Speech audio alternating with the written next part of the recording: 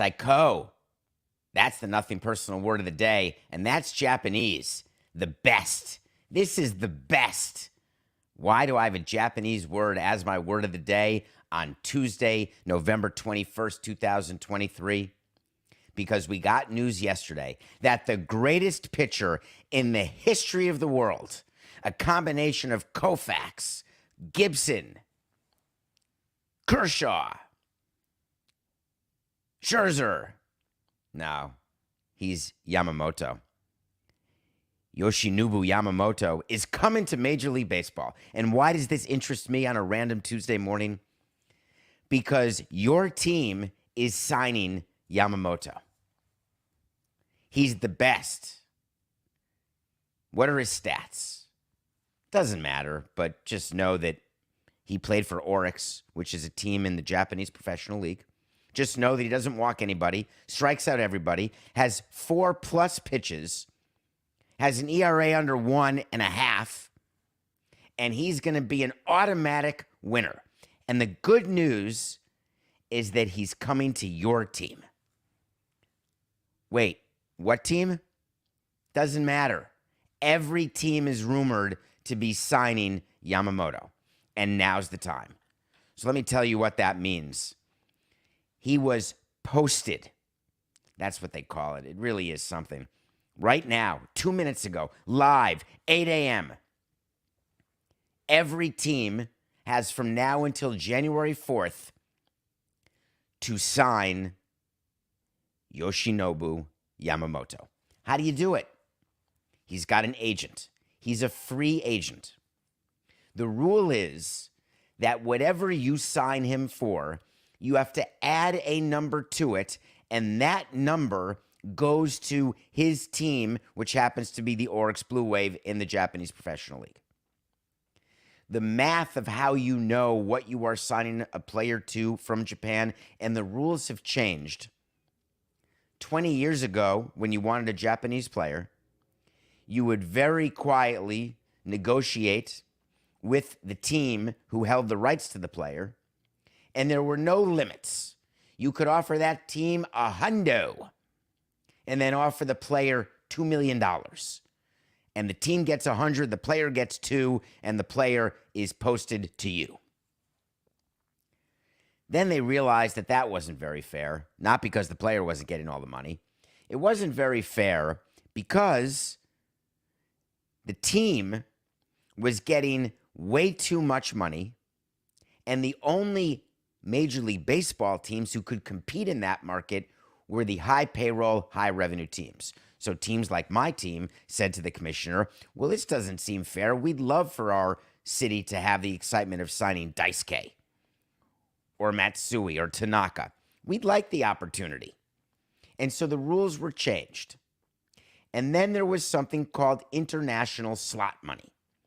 International slot money means there's a maximum amount of money that you can offer to a player unless they qualify as a full free agent. And the rules were negotiated with the Nippon League, and the rules said that until you attain a certain age and a certain number of years, you cannot be a true free agent, and you're subject to the limits of the international slotting. You recall there was a player who fell into that category. His name is Shohei Ohtani. The amount of money that the Angels paid for Shohei Ohtani to Shohei Ohtani's team was de minimis, $5 or $6 million. That was it. And Ohtani came to the big leagues not as a free agent. He came as a controlled player for 6 years, which is why now Ohtani is a free agent after accruing 6 years of big league service time in America. But if you stay in Japan, and it was important to the Japanese league that there was incentive for players to not run to America, but to stay. The advantage of staying in Japan for a period of time until you're of age and of experience is that you're an actual free agent in the world. But then the team that had the Japanese players said, well, that's no fair. We want money too. And so baseball said, no problem. We'll do a compromise. We'll let the players be full free agents, and we will give you a percentage of what the player gets.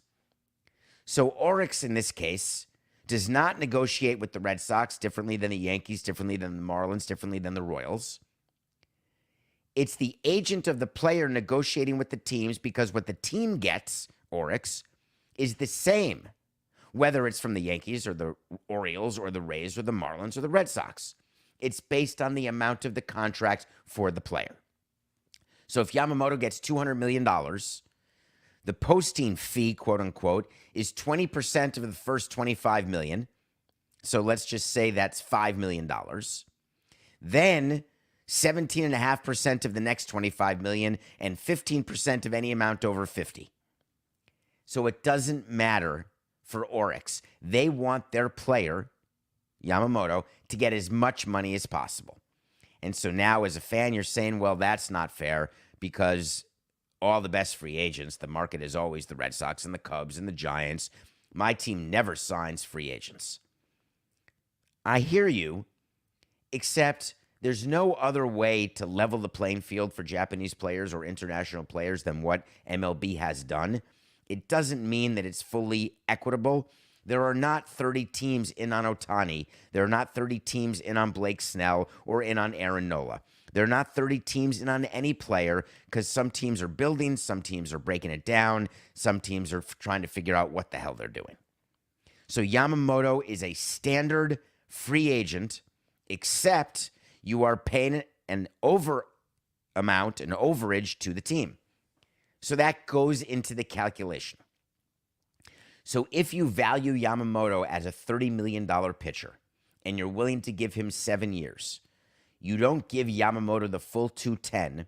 You give him 210 minus the posting fee, because you have to add the posting fee, amortize it over the length of the contract, and that's how you're valuing the player. Now, why do I say all this? I say this because you read a lot of things. This GM was in Japan scouting Yamamoto. I always like that. I would always say that to our owner. Hey, do you want to send some guys to Japan? We'd like to put eyes on this player. Well, we're not going to sign the player. Yeah, but we'd like to go to Japan. We were the only team to ever go to Japan and do a press conference for Ichiro when we signed Ichiro. Our owner allowed us to do that. We went back to Japan and did clinics and did all sorts of appearances with Ichiro during his time with the Marlins. I don't understand why teams don't do more to activate Japan, but activating Japan does not mean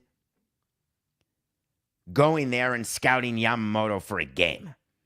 That's eyewash.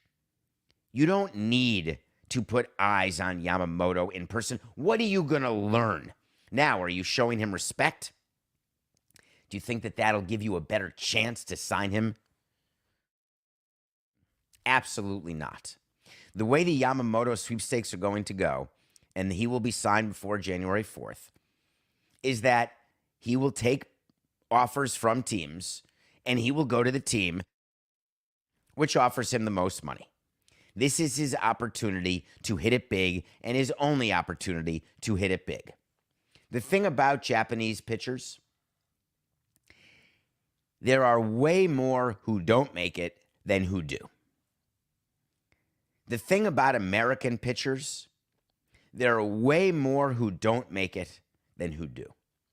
The thing about Dominican pitchers, there's way more who don't make it than do. This is not about race, origin, lefty, righty. This is about what it is to be a successful major league pitcher. You have a better chance of winning the lottery. So when teams are falling all over each other because there are players who have performed at one place, there is zero correlation. I could bring your attention to Daisuke. I could bring your attention to Mark Appel. I could bring your attention to Justin Wayne. I could bring your attention myriad ways. Can't miss. For every Harper and LeBron James, there are 1,000 Mark Appels. That's just the math. So when I'm allocating my payroll and figuring out how much money I want to give to Yamamoto, I am not being seduced by his numbers. I'm intrigued. I'm interested. But a bidding war, I don't think so. Now, where is Yamamoto going to end up? I'll give you a wait to see. All this BS about David Stearns and Steve Cohn not spending money, redoing their roster. Max Scherzer with his absolute crap. Oh, they're not trying to win in 24. They're tearing it down. I think what we'll learn from Max Scherzer in a moment here is that he knows not of what he speaks, and he's just a mouthpiece for Scott Boras and always has been and always will be.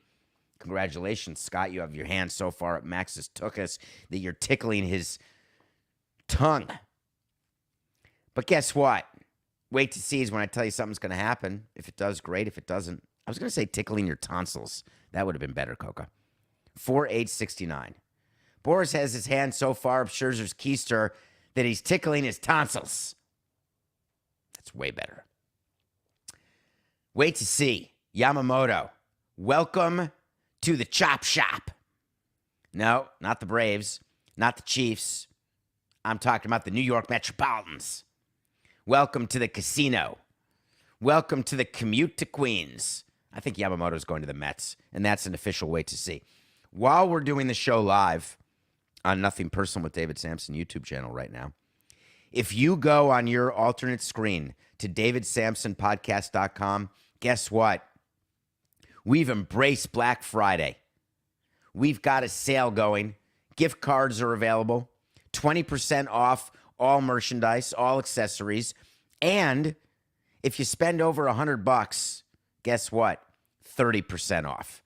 Go on davidsampsonpodcast.com and fill up your Hanukkah, menorah, Christmas tree, Kwanzaa leaf, Thanksgiving stuffed turkey, and represent us well.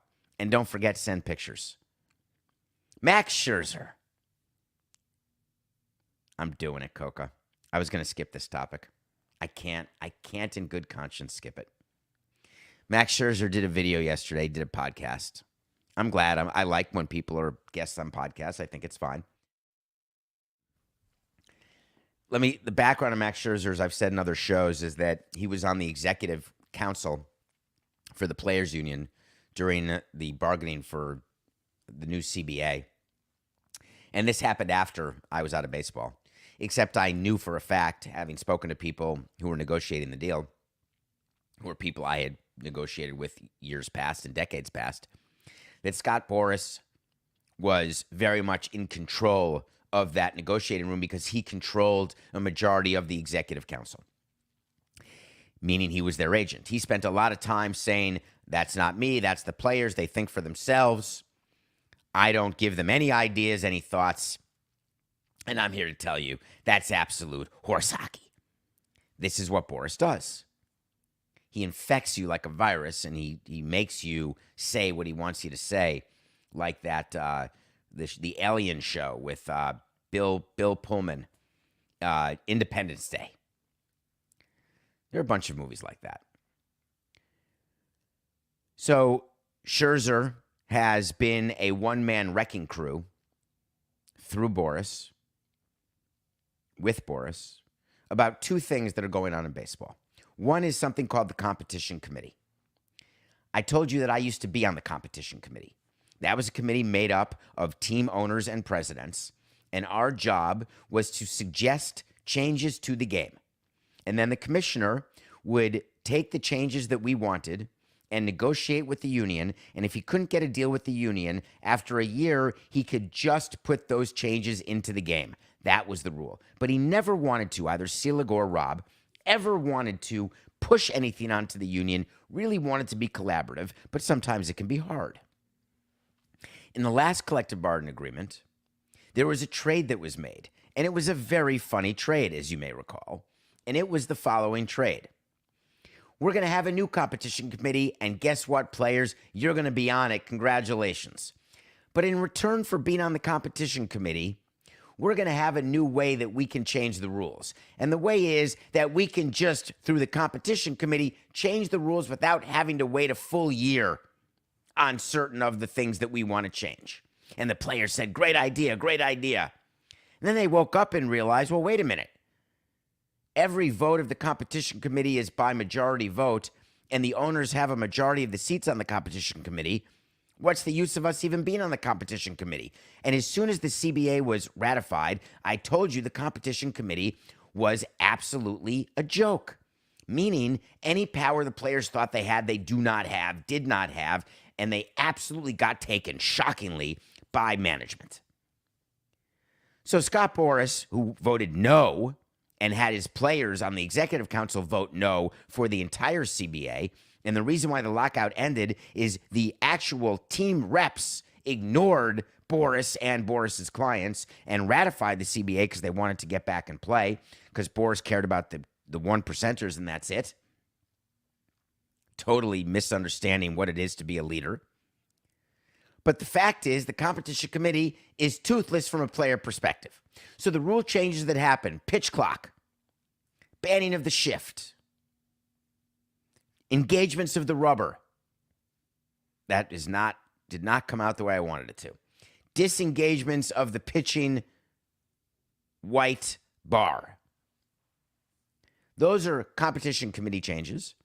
And there's a new competition committee change where the pitch clock is going to go from 20 to 18 with runners on base, which will save 5 minutes of a game for a game next year because it was so great getting the game times down. We're going to try even more. I love it. We, they, dollar, fine, tip jar, Christmas, party. So Max Scherzer decided yesterday that he was going to, on his podcast, announce on the Foul Territory podcast that he spoke to doctors.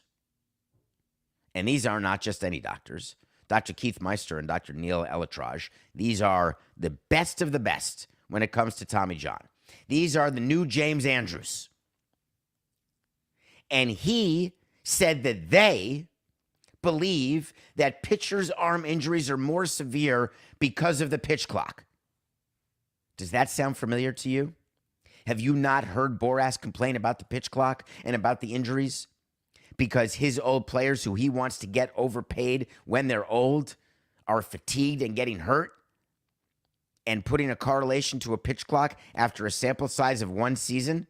It's laughable. It's the same thing as in science, an experiment, and this is the argument that anti-vaxxers had, where someone does a study for 5 minutes and says, all right, we're good to go. You need a larger sample size. So Scherzer said both of these doctors are saying the same thing. They saw an uptick in severity. So the thought is that it's not just the people were getting Tommy Johns, it's they were getting really serious Tommy Johns. Or it's not just that they had shoulder capsule issues, they had severe shoulder capsule issues.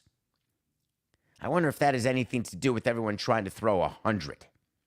I wonder if that has anything to do with the fact that there's not much of an off season anymore because everyone wants to keep throwing because they get paid with velocity. I wonder maybe if the players would have been smarter to have a system put in place where the way they got paid in arbitration was not just velocity based and that actual being effective as a pitcher.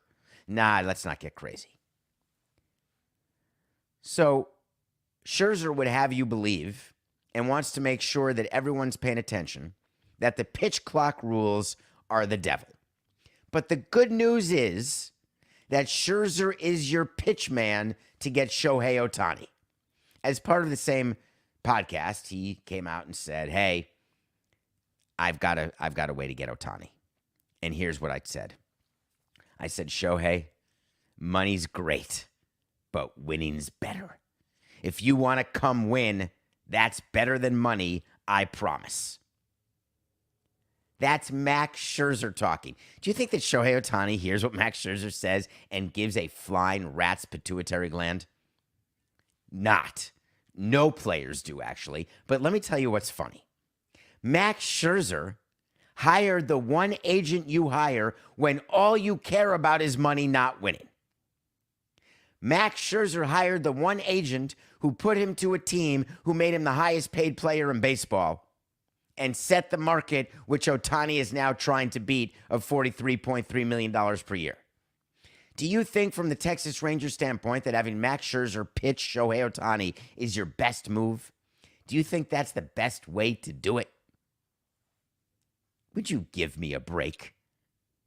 Shohei, I think you should go where you have the best chance to win. I think that's what you're going to do. That's what you've been saying the whole time. And I think the Texas Rangers, the world champions with Max Scherzer, that's your best chance to win, no doubt. There it is. Yamamoto, Ohtani, Bellinger, Snell, they're all going to the Texas Rangers. Breaking news on Nothing Personal, because we heard from Scott Scherzer that money's great, but winning is better. DavidSampsonPodcast.com. It's live, baby. Black Friday. Gift cards are available. Enjoy it. We're going to take a break. When we come back, we're going to review a documentary I watched yesterday, because I watch a movie every day that I'm going to really ask you to watch. And then we're going to talk about Sela. And I think I just did it wrong again, Coca. Did I do it wrong? I can't even believe it. Did I get the coach of the Jets every frickin' time? Sala. God damn it. Just go to break.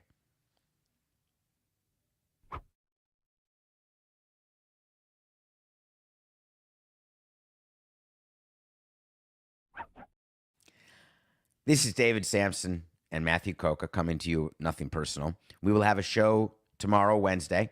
We are taking Thanksgiving off, but there will be a mailbag episode on Friday. Thank you for everything you've done for our show. Believe me, as this year is coming to an end soon, we are humbled by the size of the audience and by the attention that you have given Nothing Personal. Thank you. I'm sorry that I have a name issue, and I do, and I have a thing about people putting a P in my name, and I should be much better about pronouncing names. I am just learning, and I need to be better. So, Coca, I apologize. The coach of the Jets, his name is Robert Sola, and he's going to get fired. Did you see that video? He did a video that was so bad. He had to explain that Zach Wilson, their quarterback, is not just not starting this coming week on Black Friday against the Dolphins. He's not even the backup. He's the third string quarterback, but he's going to be active. This is the same coach who has been defending the same quarterback all season, basically gaslighting everybody, all of the scouts, all of the people, all the analysts, all the fans, all the fantasy players. It's been the biggest gaslight of all time. Well, second biggest. And Zach Wilson was only the quarterback because Aaron Rodgers may or may not have torn his Achilles. Zach Wilson was not going to lead the Jets anywhere. He wasn't going to keep the Jets in the race. You can't overcome the injury of Aaron Rodgers, even though I'm not positive Aaron Rodgers on the Jets would have had a better record than what Zach Wilson has. It just would have been Aaron Rodgers. And he would have saved himself the horrible treatment of, my God, are you too old to be good? Now all the attention goes to Zach Wilson saying, wow, you just must stink. We miss Aaron. It's a perfect scenario for Aaron, a less perfect scenario for the coach, because he decided, that's my ride or die. I would talk to managers often about this. Who are your ride and die players or your ride and die coaches? Felipe Alou taught me about that. His ride and die was a guy named Louis Pujols, who was his bench coach when we got to Montreal. He said, he's my guy, no matter what. And then we fired his guy, and Felipe Alou came to work the next day. He was eventually let go for Jeff Torborg. But the point is, be careful who you say your ride or die is, because your ride or die means that when that person dies, you die too. And I don't mean literally. But if you're going to really say that my future and my present is tied to this person, this coach, this player, and I actually did this. I don't know if I've ever told this story. I once went to the owner and said, if you don't fire this person, I am resigning. It's your choice. Either choose him or me. But I'm telling you, this is not a bluff. I will resign. And if you're going to say something like that, you better mean it. Saleh has been somebody who's been backing Wilson to the point of night sweats. And then, all of a sudden, yesterday, he decided, all right, I changed my mind. And the way he looked is the way you look after you get slapped by your boss. Not literally. You just get taken down. You get told, We went with what you wanted and what you wanted for long enough. We've tried long enough. You no longer are in charge. You no longer have a voice. You don't have a seat at the table. Get your butt in front of the microphone and the camera and tell the world that you've decided to finally go with Trevor Siemian as your backup and Susan Boyle as your starter. Well, it's going to be interesting to me to see what happens because Saleh has no chance of surviving this at all. So that'll do it. Anyway, let's review something if you don't mind. You know what? Can I do a second wait to see if you don't mind? I really want to do this for all the Jets fans out there listening because I know there are a lot of you. Saleh, here's an official wait to see. He's not going to be the coach of your Jets next season. Woody Johnson cannot. He absolutely cannot have him in charge going forward. Will he survive the season? Probably. What's the difference? But he will not coach the Jets next season. All right. I watched a movie. Thank you for your suggestion. One of you wrote in, and it was only one of you, which concerns me a little bit because it's new, I guess. There's a documentary on Max called Albert Brooks Defending My Life, and it's directed by Rob Reiner. If you don't know Rob Reiner, learn about him. Go watch The Princess Bride, A Few Good Men. If you've never heard of Albert Brooks, I don't know what to say to that, actually. Albert Brooks is a comedian. He was on The Tonight Show 30 times. He was on David Letterman 20 times. He was part of the original Saturday Night Live. He is a brilliant comedian, a brilliant writer, a brilliant actor, a director, a producer. He does it all. His Mount Rushmore of movies, from Modern Romance to Lost in America to Defending Your Life to Broadcast News. He's been a character actor that you may have seen. He's the dad in Finding Nemo. He plays the Florida Marlin in Finding Nemo. This documentary is about his life. I did not know what happened to his dad. I didn't know who his parents were. And it got me thinking that I am so interested in certain actors and certain athletes and that I dehumanize them. I don't actually focus. I never knew, for example, and I learned in this documentary, that his name is actually Albert Einstein. His parents named him Albert Einstein. Einstein was his original last name. He was the fourth brother, same two parents in show business. And they waited till the fourth son to go Albert. The other guys are Bob and Chuck and Larry. Hi, my name's Albert Einstein. Thank you for beating the crap out of me. Eventually changed his name to Albert Brooks, and eventually has become one of the great talents of the 21st century and of the 20th century. The reason I'd ask you to spend 88 minutes of your time watching Defending My Life is that, wink, wink, I'm not asking for 88. I'm asking for about 500 minutes of your time. Because after you watch the documentary, you're going to want to watch his movies, and you're going to thank me. Start at the beginning. Go to Modern Romance and work your way forward. But start with the documentary. Albert Brooks, Defending My Life. Albert, thank you. I'm going to watch all those movies again. I was telling Coco before the show started that I am, after watching the documentary yesterday, I've got to finish Better Call Saul. I'm on episode 5 of the last season. I'm almost done with Better Call Saul. I still watch something to review every day. Then I sprinkle in some episodes, and I'm exhausted, actually, today.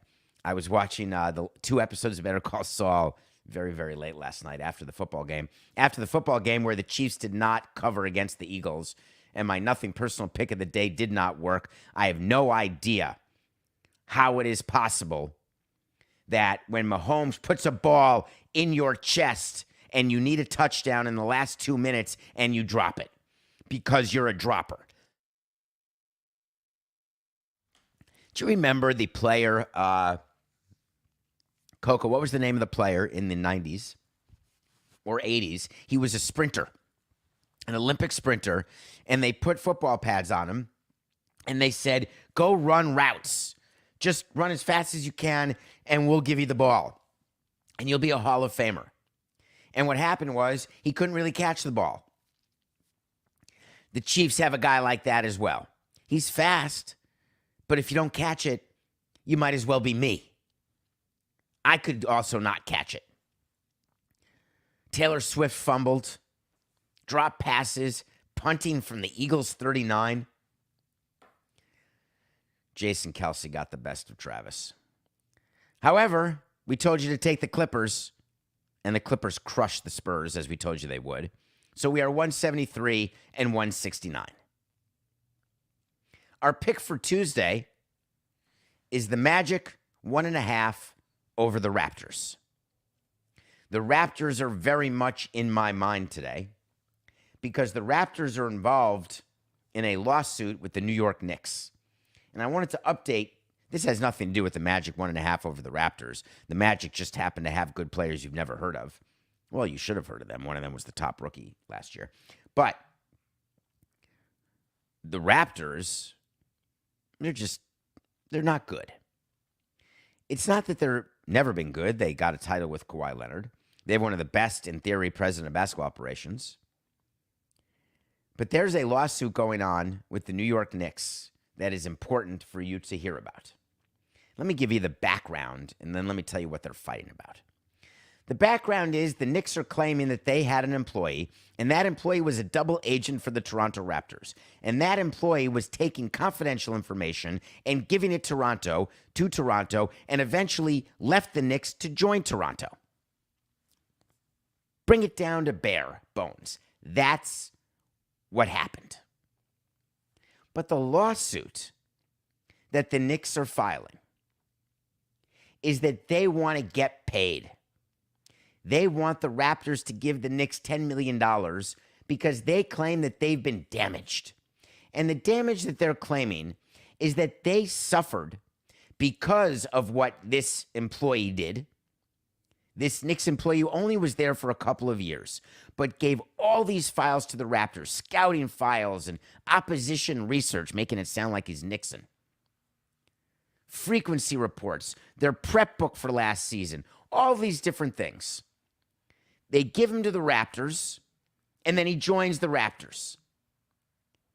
And they say that Toronto purposefully had him as a Knick, this individual, and they had him work for the Knicks like as a spy, like the Falcon and the Snowman. But that's not really what the issue is. The issue is that the Raptors want the commissioner's office to be the arbitrator of this dispute, and the Knicks want the courts to be the decider of this dispute. Why is this a big deal? One of the things that you do when you buy a team is you sign a document. It's a franchise document. It's an agreement with your league that any disputes that arise out of any actions that have to do with your owning of the team and any other team or the commissioner's office or any of your employees will all be subject to arbitration. And I'll be the arbitrator. Now, Rob is not the arbitrator. Adam Silver is not the actual arbitrator. In baseball, a guy named John McHale is the arbitrator. He works for baseball. It's the same thing. Just pretend it's the actual commissioner who's the actual arbitrator. There are arbitrations through independent arbitrators, the Independent Arbitrators Association, and you can do arbitration. A lot of contractual disputes are handled through arbitration. That doesn't mean that you go to the CEO of one of the companies involved in the dispute. They are independent. It is always the fight when you are trying to get something from someone. When John Gruden is trying to get money from Mark Davis, he does not want the case to be heard by Roger Goodell because he views that Roger Goodell will favor an owner. What the Knicks are claiming is that this case should not be subject to arbitration because Adam Silver is going to favor the Raptors. And their claim, this is a Jimmy Dolan special. This is Better Call Saul kind of stuff, where you find a lawyer to say something that defies logic or reason. And the lawyer of good standing, member of a bar association, plugs his nose and his butt cheeks as he writes in an actual filing that the reason why we feel prejudiced, the reason why we're concerned and don't want this case arbitrated, this is the Knicks lawyers, is that Adam Silver is very good friends with the chairman of the Raptors. And that the Raptors chair, a guy named Tannenbaum, is actually Adam Silver's boss and therefore exercises control over him and influences him. And influences whether Adam Silver even has a job. And if he has a job, how much he gets paid. And then the Knicks said, and Silver and Tannenbaum are bosom buddies. Well, I'm not sure who's Scolari and who's Hanks, but here's the funny part. Guess who Donna Dixon is? Jimmy Dolan. Everything that applies to the Raptors also applies to the Knicks. Jim Dolan has as much say over Adam Silver's salary and continued employment as does Tannenbaum of the Raptors. What Dolan is acknowledging is that he's unpopular, hated, and a horrific, disgusting manager of people who built a pretty cool sphere. So this gets filed with the court. And the court has to decide in this appeal, do we stick with what's actually written?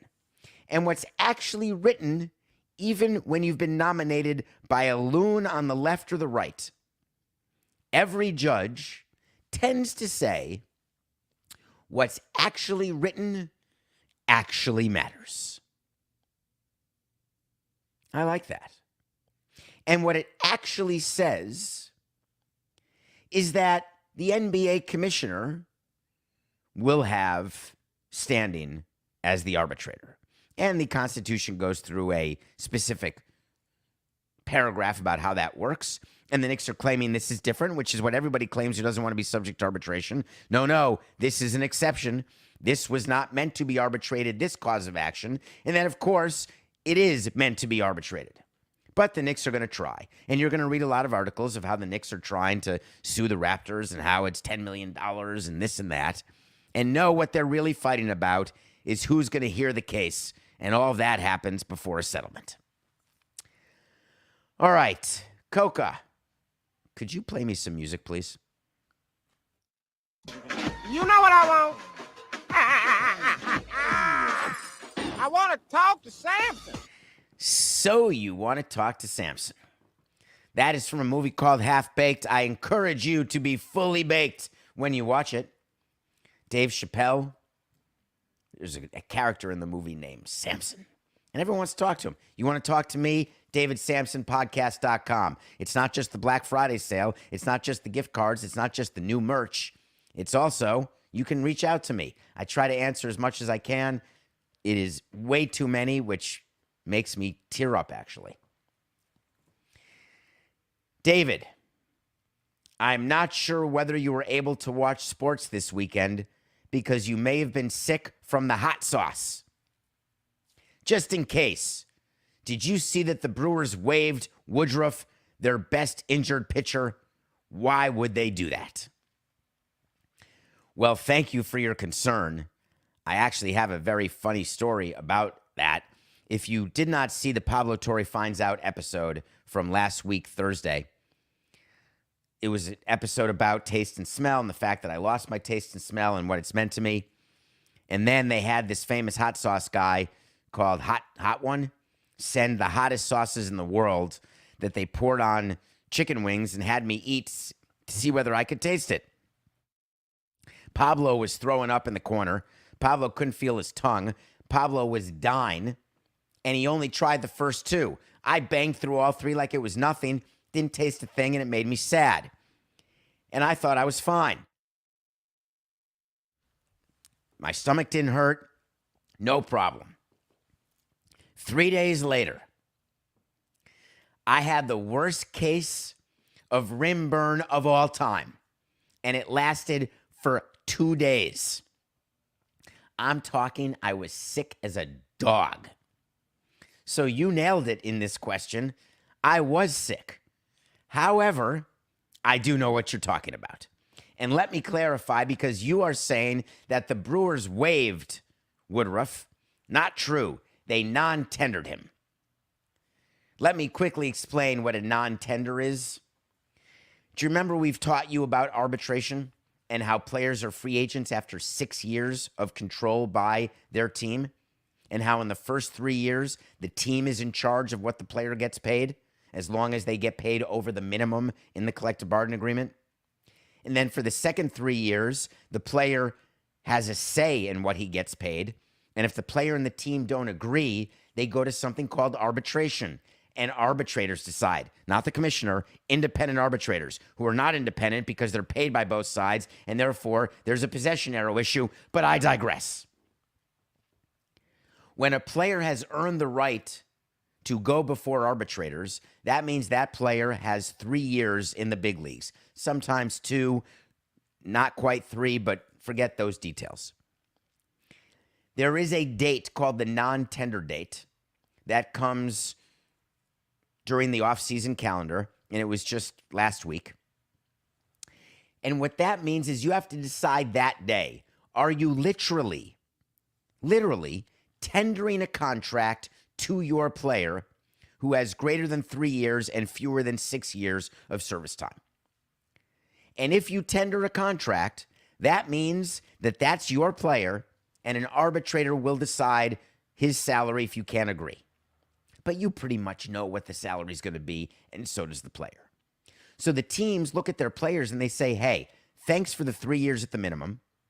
Thanks for a couple of years of arbitration, because you can non-tender a player after 4 years, 5 years. But you're hurt. You're not worth what arbitration is going to pay you, because arbitration doesn't pay you for what you're going to do. Arbitration pays you for what you have done. It's brilliant for players. It's crappy for teams. Don't worry about the future plan. Hey, he's not a starter anymore. He's going to be a closer. Well, you got to pay him as a starter because he used to be a starter. Hey, he's out for the year with shoulder surgery. I don't care. He pitched last year, and we're going to pay him as though he's going to pitch next year. But he's not going to pitch next year. Doesn't matter. When you're in that position, when you believe that a player will make more in arbitration than that player is worth, you non-tender the player. When you non-tender a player, that player happily not becomes a free agent. The irony is that in 99% of the cases, players who are non-tendered end up signing with a different team or the same team for fewer dollars than they would have made had they been tendered. That's why you non-tender. Once in a while, a mistake is made where a player ends up signing for more money than they would have made in the regular process of arbitration, but that is a unicorn. Players don't want to be non-tendered. You work your entire life to get to arbitration, and you want to be tendered a deal so your contract can be done in the arbitration world, in the arbitration process. But when you are a team like the Brewers, and they're like 28 other teams, you can't pay a player like that not to play. That takes too much of your payroll. The person who signs Woodruff as a free agent, and the irony is that all these players always want to be free agents. They don't want to wait 6 years. They want to get free agency as quickly as possible, to which I always offered every player and every agent, we'd love you to be a free agent. We're going to do no long-term deals, always one-year deals, and you'll be a free agent every year. And they looked at me and said, are you crazy? And we'd have to be good every year to get paid? We will never do that. So there you have it. So Woodruff is now a free agent, and a team will sign him. But it will be a large market team, because that team is going to sign him for 2025 and pay him for 2024 not to pitch. That is a luxury that very few teams have. They want as many performing dollars on the field as possible. That is why Woodruff was something called non-tendered.